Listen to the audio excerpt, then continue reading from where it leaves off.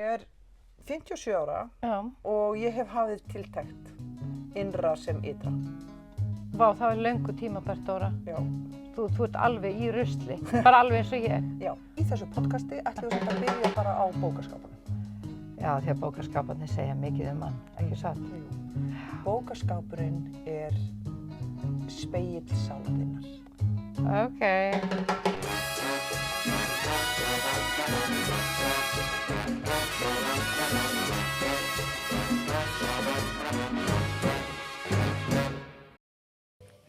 Heyrðu, Dóra, Já. hún er komin til okkar, hún Ravi, vinkona okkar hérna af mamma. En hún hvarf næstu í heilt ár, varst ekki ár í burtu? Jú, ég var í rauninni heilt æviskeið í burtu, en já, í talið í svona mannlegum tíma 11 mánuðir. 11 mánuð, og hvar varstu? Ég fór alla leið í Amazonskóginn, nánar tiltekið Acre, sem er Brasilíu megin í Amazonskóginum. Já, þannig að ég fór þangað og eins og þú segir hvarf en birtist samt. Já, komin aftur. Já. Og hvað dróð þig þarna inn í skóginn? Það er í rauninni margt. Mér hefur bara frá því mann eftir mér langað að fara inn í frumskóginn. Langað að upplifa það hvað það er að vera umvafin bara frumskógar móðurinni. En það var ekki fyrir nokkrum árum að ég kynnist ættbálki úr frumskóginum. Ok. Bæði í gegnum vinnun okkar hérna á Mama. Við vorum búin að vera að kalla inn í rauninni kennara og fólk úr misjöfnum svona hefðum hérna og þaðan úr heiminum til að koma hérna til Íslands til að deila því hvað þau eru að gera í skóginum til dæmis. Og hún í kúin komu hingað á Mama og gamla Mama. Og hún í Queen eru, sem sagt, þau sem er að hlusta, það er hérna tribe eða það er þjóð sem býr inn í Amazonskóginum. Já, það er einn af mörgum ættbálkum, frumbyggjum sem að hafa búið í skóginum frá því að fólk mann eftir og hefur ýmsa þekkingu og ýmislegt úr skóginum sem að þau eru svona stíga út fyrir skóginn og deila þessari þekkingu. Og hún í kúin þau tala sitt eigið tungumál og Hvað heitir tungumálið þeirra? það heitir Hansja-kúin. Aha. Og það er í rauninni, það er ekki nema svona 40 ár síðan að það var ritað niður. Þetta var tungumál sem var aðeins tala. Bara til í munnlegri geymd, sem sagt. Já. Og sko, hún í kúin, þetta er þjóð, eins og Dóra sagði, en þeir búa eins og kannski þessi þjóð er samt, hún er víða, ekki satt? Hún er ekki bara bundin við eitt landsvæði í frumskóginum, eða hvað? Í Brasilíu, eða eru þeir líka inn í Ekvador og Perú, eða? Já, sko, hún í kúin eru í rauninni inn í Perú líka, þannig að þau eru svolítið dreifð, en þau eru aðalega Brasilíu megin og þannig að hafa, þannig að þau eru aðalega Brasilíu megin í frumskóginum, en eru í rauninni ennþá dýpra inn í frumskóginum. Það eru ættbálkar hún í kúin sem eru svo kallað non-contact, þau vilja engin samskipti við ytri heiminn og það er aðeins sendiboði sem kemur og flytur skilaboð á milli. Þannig að það er alveg djúpt inn í skóginum er líka fólk af ættbálki hún í kúin sem er að varðveita líka sem sagt, þessa fornu menningu og ýmislegt í skóginum sem að er dulið. Þannig að það er margt að opnast. Þannig að þetta er svona það sem kallaði í rauninni á mig til að fara inn í skóginn var að það var einhver minning, það var eins og einhver svona fornminning og sem að var að kalla á mig til þess að Já, þú þyrftir að endur heimsækja frumskóginn jafnvel. Já, í rauninni. Og var það þannig þegar þú komst? Fannst þér þú upplifa að þú ættir heima þarna eða hefðir átt heima þarna og þú ættir tengslin væru dýpri heldur en hér og nú? Ég myndi nú alveg segja það, sko. Það er alveg að koma inn í skóginn, það tók náttúrulega tíma að vinda ofan af svona íslenska vestræna huganum. Hann er svolítið hraður og ásetningurinn minn með því að koma þarna inn í skóginn var í rauninni til að jarðtengjast og það engin betri staður á þessari jörðu til að jarðtengjast eins og að vera í frumskóginum því að bæði eru rætur þar sem að ná mjög djúpt, bæði rætur trjánna en það líka einhverjir töfrar og einhver tenging við í rauninni frum mannin myndi ég segja. Frum bara hvað það að fæðast á þessari jörð og lifa með náttúrunni. Ég myndi nú segja að skógurinn í rauninni bara heil lífvera út af fyrir sig og hún hefur alveg mörgu að deila og þegar ég stíg þarna inn í skóginn og ég þarf alveg að gefa mér svolítið tíma til þess að ná mér aðeins niður á jörðina og læra að hlusta og vera að þá ýmislegt sem opnast fyrir manni og það ótrúlega mikil viska í skóginum og og ýmis meðöl þar líka sem að hjálpa manni að muna. En ég myndi segja að skógurinn sjálfur í rauninni mesti kennarinn því að bæði sem sagt plönturnar og dýrin og bara náttúruöflin þarna eru í rauninni helstu kennararnir sko. Má ég spyrja bara því það resonerar í mig, hvað vissirðu áður þú komst og hvað vissirðu ekki? Af því að maður kemur alltaf með eitthvað með sér, maður kemur með einhverja mynd með sér, hvað vissirðu og það var rétt en hvað vissirðu ekki? Hvað vissi ég? Eins og ég segi, ég búin að tengja svolítið hún í kúin fólkinu og búin að heyra svona aðeins þeirra menningu og þeirra tengingu við jörðina og landið og allt sem þannig í skóginum. Þannig að ég hafði alveg ákveðna hugmyndir hvað ég var að fara út í. En að sama skapi þá var rosalega margt sem kom mér gífurlega óvart. En ég myndi segja og hvað þá helst? Sko ég vissi að hún í kúin hafa svona sérstaka tengingu við jörðina og tungumáli þeirra. Það var eitthvað við tungumáli þegar ég heyri það fyrst hérna á Íslandi sem vakti eitthvað með mér, einhverja minningu. Heyrðu, ok, ég bara ætla að koma þessu seinna, en það nákvæmlega það sem ég gerðist fyrir mig þegar ég heyrði í hún í kúin líka. Ok, allt á hún. Það var eitthvað þar sem vakti upp svo djúpa minningu með mér að það var eina ástæðan fyrir ég ákvað að fara. Og þegar ég kem inn í skóginn þá eitt svona því sem mig langar að læra, það þetta tungumál. Og ég hafði svona ákveðnar hugmyndir hvaða væri við tungumáli sem kallaði á mig. En það sem kom mér í rauninni mjög mikið og óvart var að tungumáli þeirra, það ekki aðeins í hljóði, það líka ákveðið undir niðri víbrasjón sem tengt skóginum og það talað að tungumálið hafi verið gefið til hún í kúin af Djeboja sem slangan og að slangan hafi gefið þeim tungumálið og þegar ég tala Djeboja þá ég í rauninni að tala ekki bara slönguna, kóbruna eða þá ég líka að tala árnar í skóginum. Þegar til dæmis árnar í Amazonskóginum oft tengdar við slönguna og þau eiga fornar sögur sem tala þessa tengingu og hvernig tungumálið kom til þeirra. Og það sem ég upplifði eftir ég lærði svona að sitja meira og meira með þeim, það var að það ekki allt sagt í orðum. Það einhver hreyfing sem verður áður en orðin verða til og þar eru hún í kúin alveg einstaklega næm. Og margir sem hafa komið þarna inn og ég þar á meðal myndi segja að þetta það næsta sem ég hef komist í sem kallað á góðri ensku telepathía.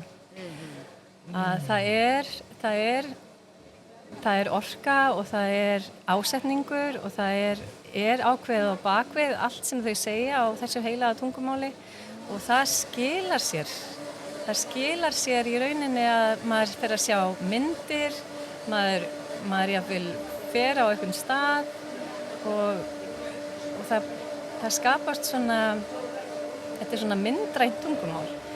Þannig að ég myndi segja að það er eitt af því sem að kom mér mjög mikið á óvart er að samskipti hún í kúin, að tungumáli er vissulega stór partur, en þau eru með einhverja tengingu sín á milli sem að er bara handan orða.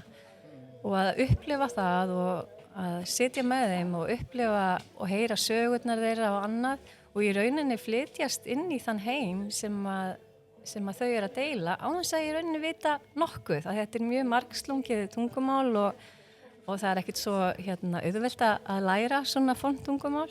En það sem gerist Tókst þér að læra eitthvað í tungumálinu? Já, ég læri alveg helling sko, en að tala það er kannski ekki alveg, ekki alveg málið fyrir mig núna.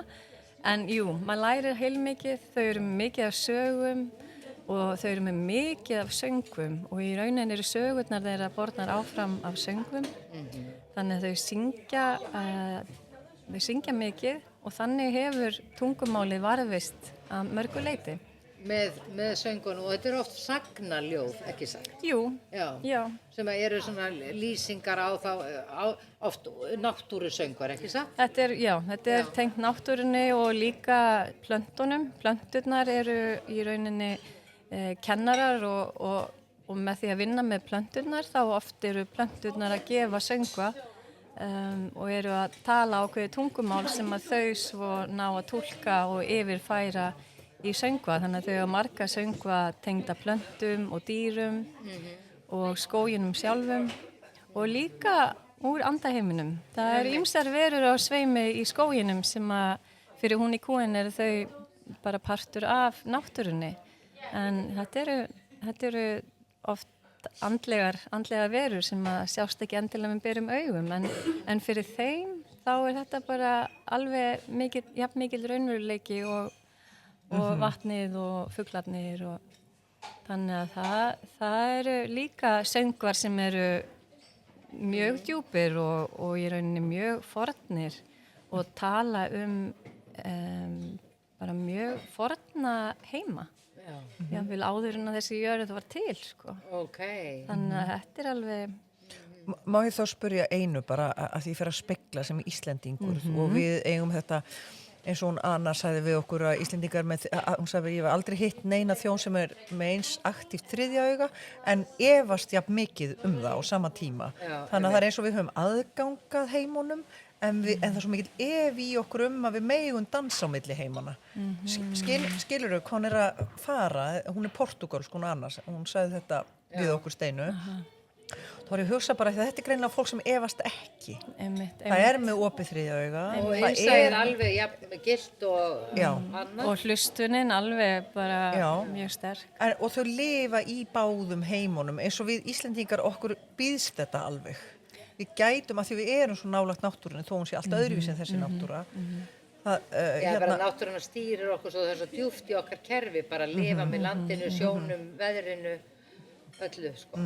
Tengir eitthvað við þetta sem ég er að segja með þetta? Já, ég tengi við þetta. Þetta er nefnilega svolítið áhugavert af því að þó að þetta séu mjög ólíkir heimar geta í rauninni ekki verið ólíkari heimarnir í skóginum og hér á opna Íslandi með veðráttunni sinni og norðurljósunum og myrkrinu eða endalausu birtunni.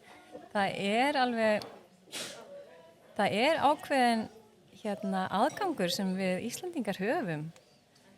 Hef ég fundið og að því við höfum þessa miklu opnun og þessa hlustun og þetta land sem er svo einstakt. Og talar til okkar. Þannig að við höfum kannski ómeðvitað og sum okkar hafa kannski meiri tengingu við þetta. Höfum erum að vinna í því að þjálfa þennan eiginleika okkar til þess að nema það sem að er svolítið fínlegra, það sem að er, söngur náttúrunnar og ákall fjarðanna. Já, til dæmis, og söng fjallkonunnar, sko. Það maður stundum að leggja djúpt fyrir hlustir til að heyra náttúruna syngja. En nú verði ég að spyrja þig, af því að það eru örugglega einhverjir forvitnir, fórstu á svona díetu, fórstu að læra plönturnar þarna eitthvað líka? Já. Já, og fórstu í ayahuasca og við erum forvitnar, við viljum fá að vita, því að okkur langar báðar inn í frumskóginn einhvern tímann. Og ég var nú alveg, mér langaði svo að koma að heimsækja þig, en það átti ekki fyrir mér að liggja á síðasta ári, en kannski verðum við einhvern tímann að það saman, en segðu okkur, hvað gerðir þig? Hvað gerði ég? Vá.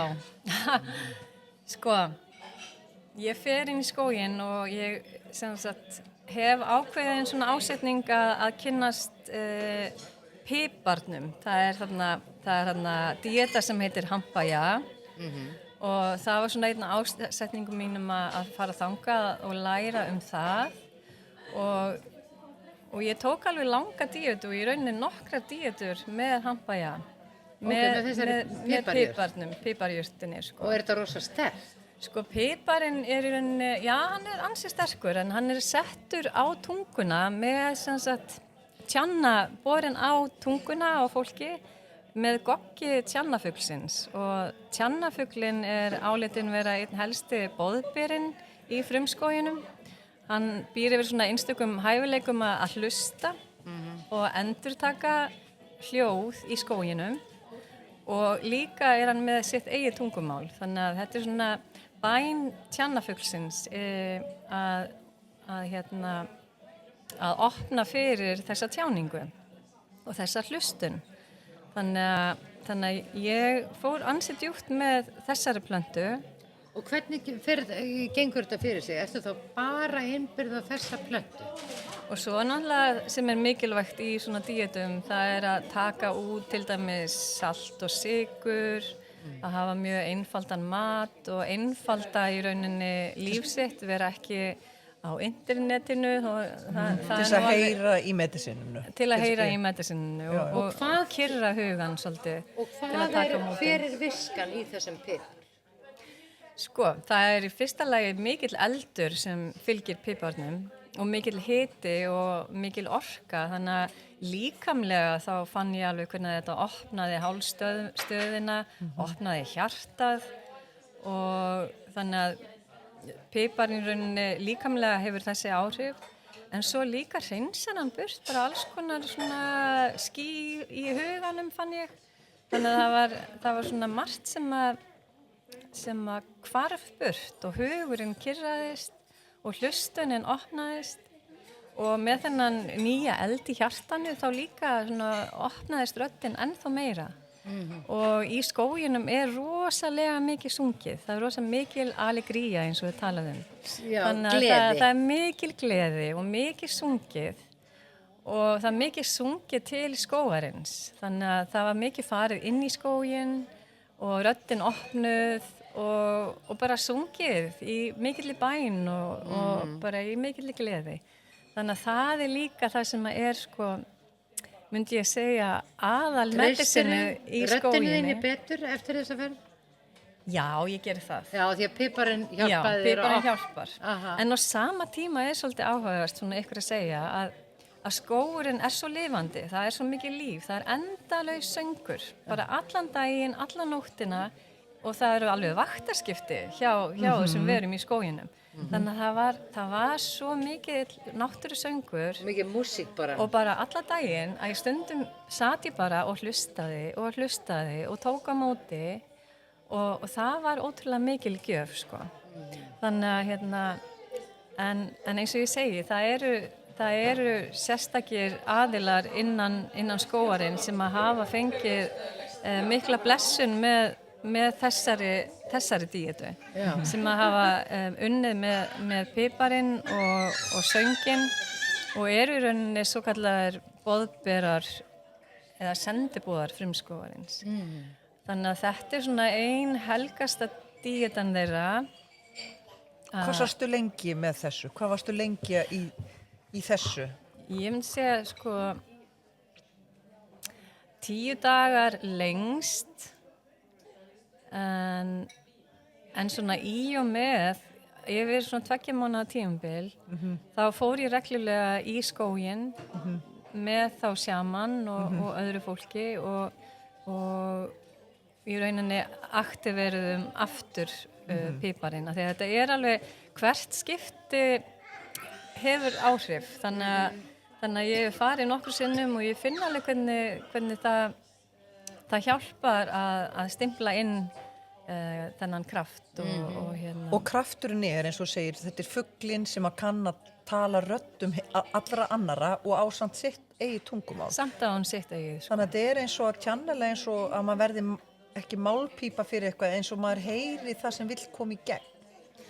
Sitt og annara. Það eitthvað svoleiðis sem maður að leita að, eða maður ekki að leita að neinu beinu nema að vera í sambandi við? Maður í rauninni ekki að leita að neinu.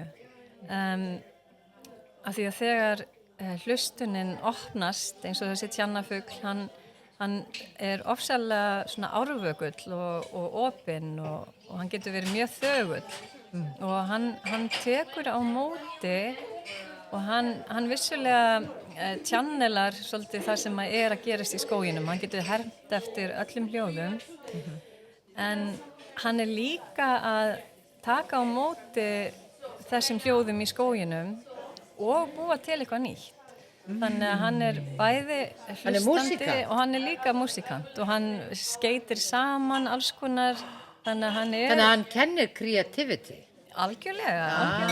Þannig að hann líka það en hérna, já, þannig að ég myndi segja að það væri Ég hef aldrei heyrt þetta. Nei. En ég hef heyrt aðrar plöntur. Ég ímynda mér þú hafir hitt fleiri plöntukennara. Já, svo eru aðrir plöntukennarar þarna sem að koma til manns og maður kemur til þeirra líka.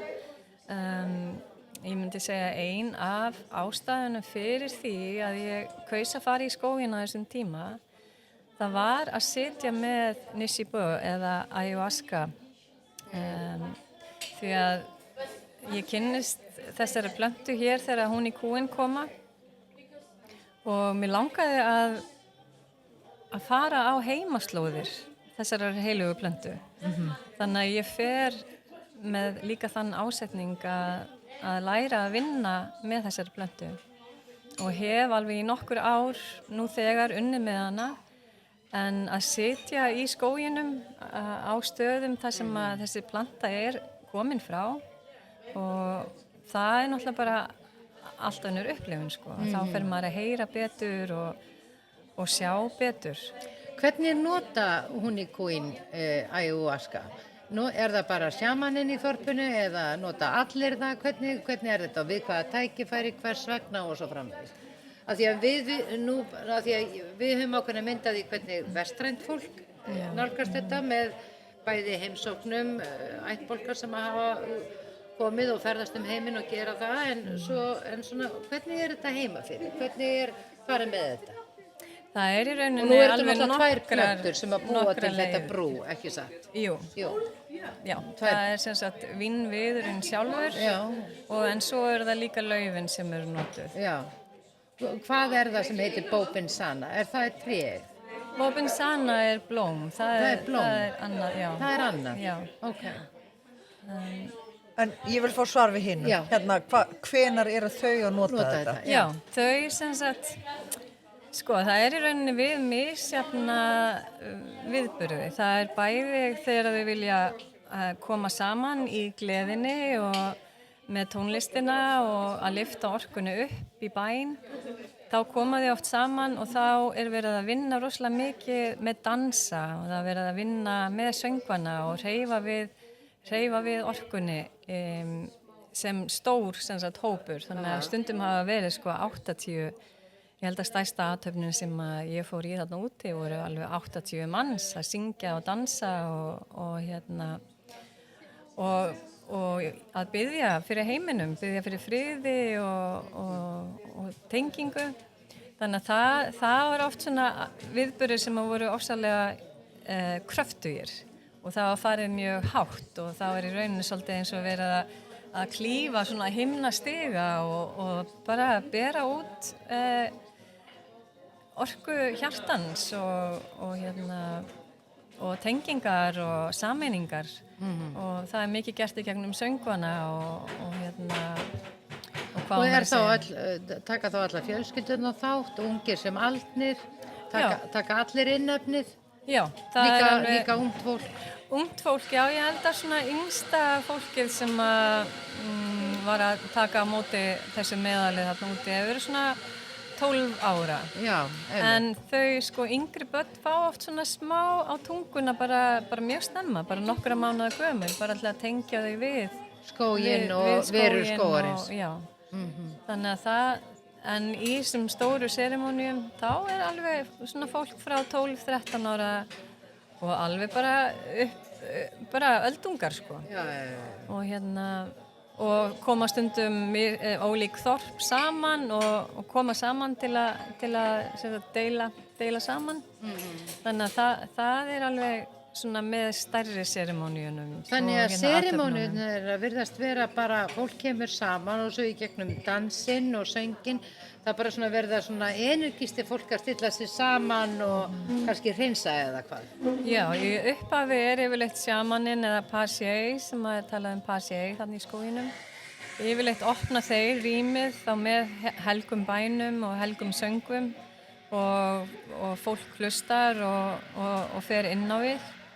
En svo er svona í seinni kafli athafnarinnar þá er einmitt meira verið að opna út og hreyfa við orkunni og vinna saman og þau vinna rosalega mikið saman.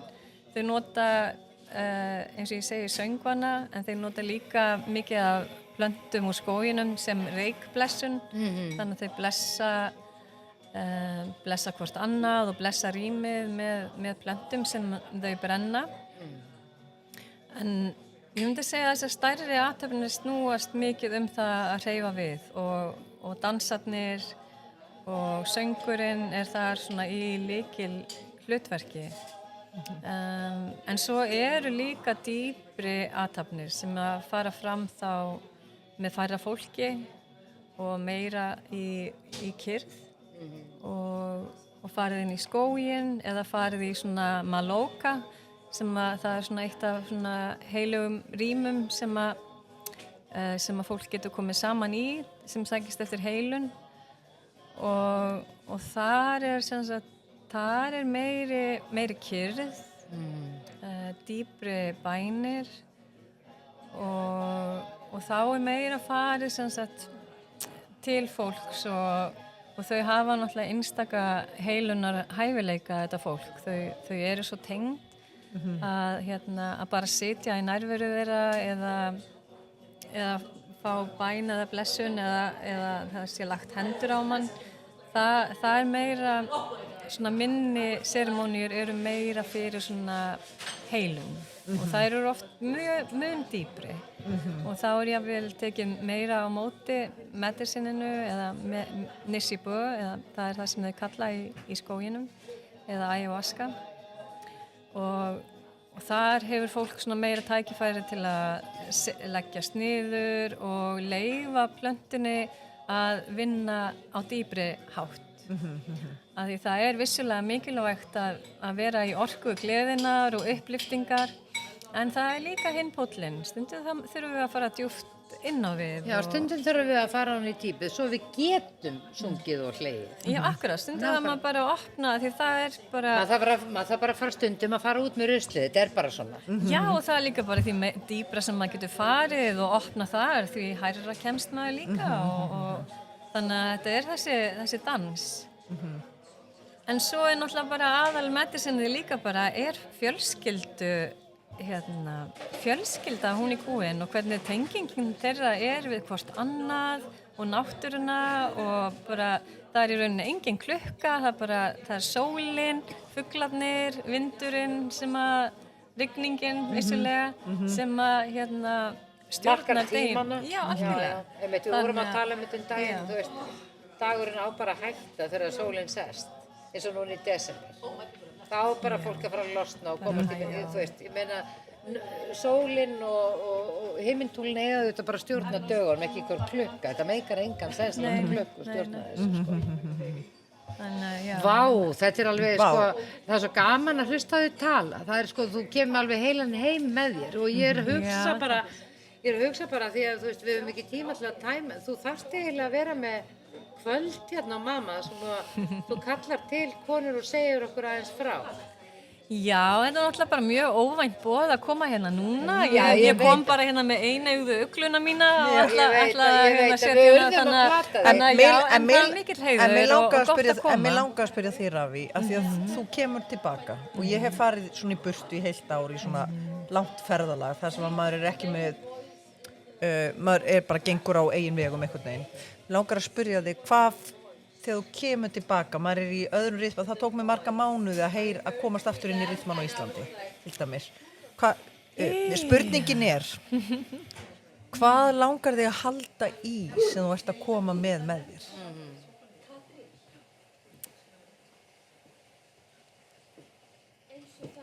Ég bara eftir að hafa gengið þarna í skóginum meira og minna berfætt í 11 mánuði þá vil ég halda í jarðtenginguna. Ég vil halda í þessa tengingu við jörðina sem að ég upplifi. Og hvernig lýsir þú jarðtengingu? Hvað er fyrir þér jarðtenging? Jarðtenging er í rauninni tengingin við náttúrun, tengingin við móðir jörð og tengingin sem sagt, að það sé engin aðskilnaður á milli jarðarinnar og minns líkama. Að líkaminn minn er komin af jörðinni og með því að tengjast jörðinni þá er ég að tengjast sko, visku míns eigin líkama líka því að þetta er ekki aðskilið. Af jörðu ertu komin. Já. Og líka þessi með því að ná þessari lendingu að þá opnaðist líka fyrir svona ákveðna næmni og ákveðna hlustun fyrir, ekki aðeins fyrir jörðinni heldur því sem er hér allt í kring. Og þannig að ég myndi vilja halda áfram að halda þessu opnu og hér á Íslandi er náttúrulega allt þetta rými og þannig að það er alveg hygglust það sem að ég myndi vilja halda áfram að vinna með hérna á þessu. En upplifir það að þú komið tilbaka og þú þurfir að kenna okkur eitthvað eða kemur þið tilbaka og hugsa bara að þú ætlar að vera meira? Já, það er svona eitt af því dýrmætasta sem ég lærði í skóginum. Það er að leyfa sér bara að vera og þá kemur allt til manns og lífið finnur sína leið. Þannig að já, ég myndi segja að það væri alveg hygglust. Streða minna, vera meira. Já, gera minna bara og vera. Það er hérna... Mér langar samt til að hvetja þig til þess að kalla, þú veist, hafa kvöld og koma aðeins og segja okkur frá. Við þurfum kannski bara að kalla hana. Já, við þurfum kannski bara að kalla hana. Því að hún er komið þangað að hún hefur enga þörf fyrir. Nei, ég veit að við þurfum að biðja þig. Við þurfum að sækja hana. Það er líka partur af því að koma tilbaka. Það er ákveðið sem að vill koma og vill... Já, ég heyri það, þú ert mjög auðvitað með að miðla þessu og ég veit að þetta fara svo miklu dýpra og onnið og við þurfum eiginlega að fá því í annan þá. En mér langar líka að spyrja öðru, svo ég fái bara áfram að spyrja eins og barn. Fannst þú ert með þessa nýju tilfinningu í líkamannum, þessa jarðtengingu.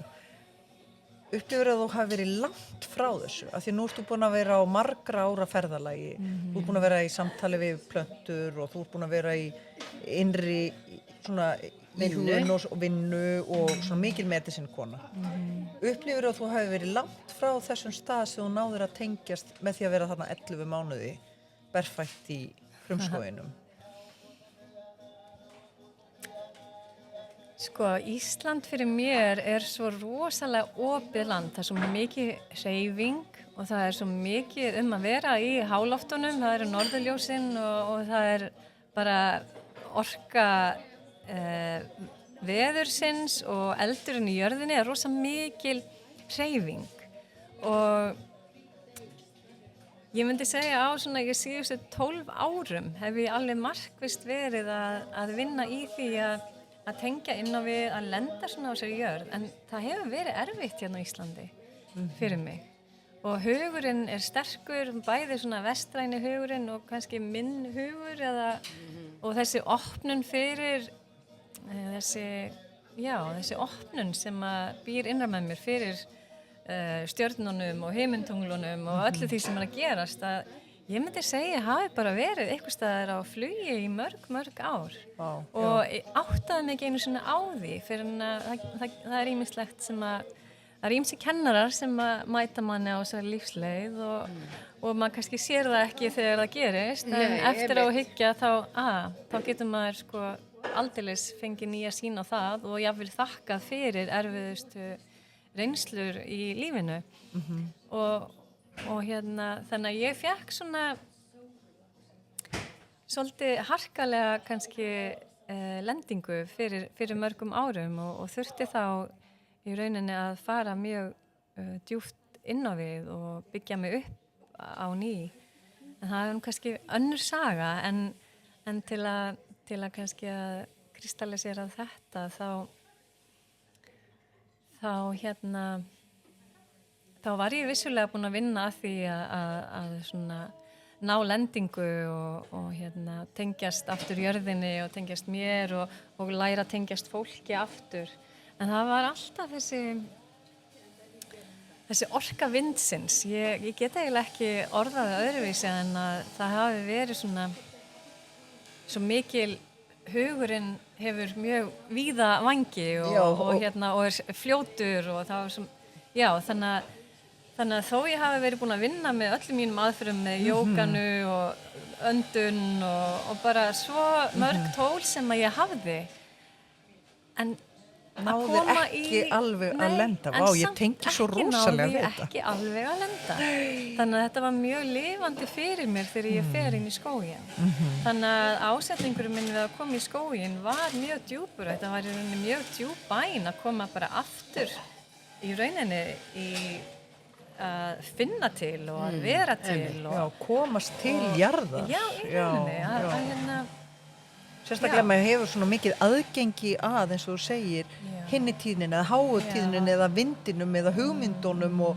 öllu þessu sko þá er þetta þá var mjög mikil gjöf að koma inn í skóginn og leyfa þessu í rauninni að vera að því að hugurinn og þessi hærri tíðni og stærri heimur í rauninni er líka ákveðin gjöf hér á Íslandi en ég persónulega þurfti bara að fara í skóginn og með þessari sterku bæn og þessum sterka ásetningi þá gerist það bara á 3. degi að ég dett bara í gegnum svona tröppu, ég stíg í gegnum tröppu og ég dett niður og ég sný svo upp á öklan minn að ég var frá bara í 2-3 vikur.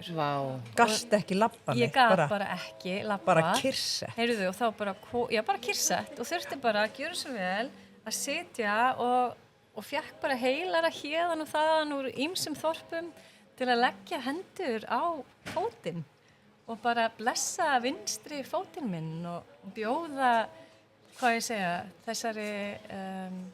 bjóða mig velkomna í rauninni á jörðina.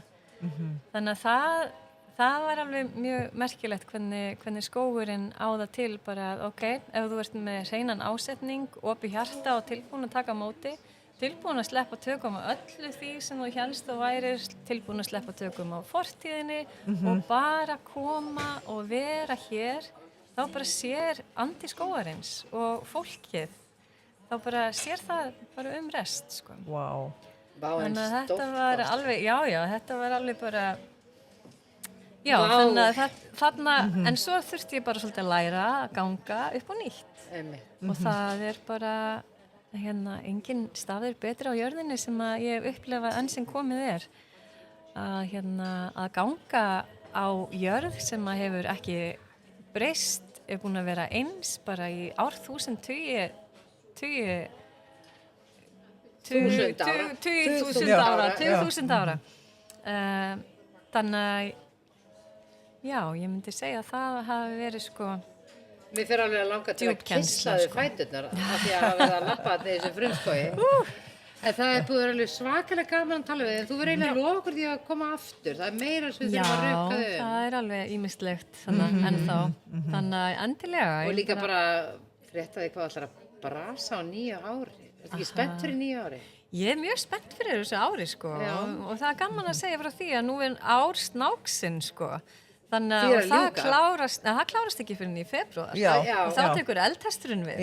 Þannig að það mjög kröftugur tími framundan og líka... Dóra, það hættur að vera moð. Já.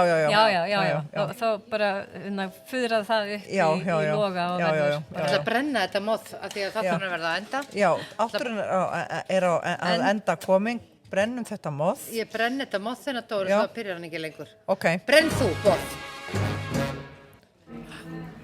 You have a point. Dóra, sjáðu. Já. Hvað? Sjáðu. Já, sjáðu. Langflottasta gleraugnabúðin. Já. Kveikja? Já, nú er ég búin að kveikja öllum mækonum hjá okkur. Svona, heyrður, Ravi, takk fyrir komuna. Já, takk fyrir óvænt boð. Þetta var mjög ánægjulegt að sitja hérna með Já, ég meina þetta átti bara að vera svona. Þú labbaðir inn og ég sá þig og ég er búin að vera að bíða eftir að hitta og ég sá að þið sendt mér skilaboð og mér langar svo að tala við þannig að þetta var bara alveg tilvalið. Takk fyrir að vera svona tilbúin í þetta og við ætlum að hitta þig aftur. Endilega. Og ég ætla að vera með eina svona auglýsing í lokin sem um eldum rétt sem fyrir nútíma konurnar. Ég ætla bara að segja vegna þess að ég hlýtti þér og pantaði allan jólamatinn hjá eldum rétt sem að, þú veist, væri kannski svolítið flókið fyrir marga en þú veist, allt sem kom frá þeim var 100%. Ég veit það. Þetta var alveg frábært, þetta var alveg geggjað, bara uppskutirnar, salati, allt, þú veist, og ég gerði 2 konar jólamat, ég pantaði bara allan jólamatinn frá þeim, að það var, fólk gæti ekki komið sér saman um það hvað það vildi borða og þetta er svo einfalt að skilja þetta og Dóra, nú skilja þetta. Auðvitað held ég áfram að panta eldur hér. Hvað heldur þú? Ég nenni ekki að elda rangt lengur, ég ætla bara að elda rétt. Já. Elsku bestur, takk fyrir þennan þátt, honum er lokið í dag. Takk, elsku.